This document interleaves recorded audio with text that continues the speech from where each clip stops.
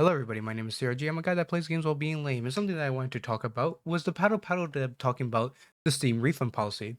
If you don't know what happened, a game dev that's very young, only 23 years old, so I'm not going to be too mean to him, but a game dev released a game on Steam, did really well, but unfortunately it had a 21% refund rate.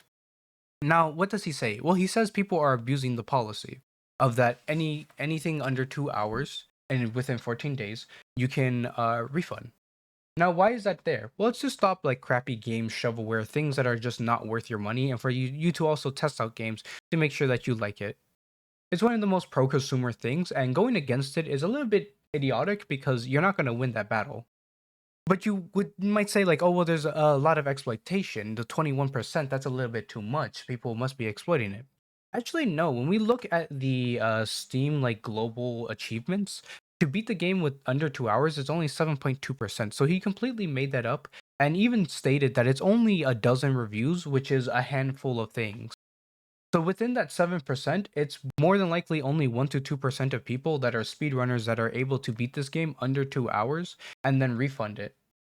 So I have a bad taste in my mouth because the conversation that he set up was extremely disingenuous, and he was trying to conflate two different numbers, which is an extremely bad taste, and people called him out for it on Twitter. Here's the thing, it's just meant to help consumers, and the way around it is just make a game that's longer or where people want to play longer. If you look at other games similar of this sort, like Bennett Foddy's Getting Over It, it did not have that problem. Why? Well, because people liked it more. There was more content to do. People wanted to overcome the challenge. It wasn't just like, oh yeah, I can do this within 2 hours. Theoretically, a speed runner, we're leaving that in, could do that, but it was still like a really good game where people just didn't want to like get rid of it. Things like Repo, which is actually a very simple game that you could get tired within like 1 hour, but because the friend mechanics and how things work and the promise of adding other things and communication to the community let people get hooked. It allowed them to make sure that people wanted to play it for multiple hours, and therefore you wouldn't be able to refund it, and not in a bad way either. You wouldn't be able to refund it because it was worth your money.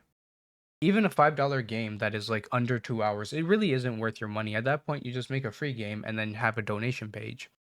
Like I said, this is in the benefit of the consumer, and going against it because you personally don't like it is only a you problem. It is a dev problem, and unfortunately, that's how it is.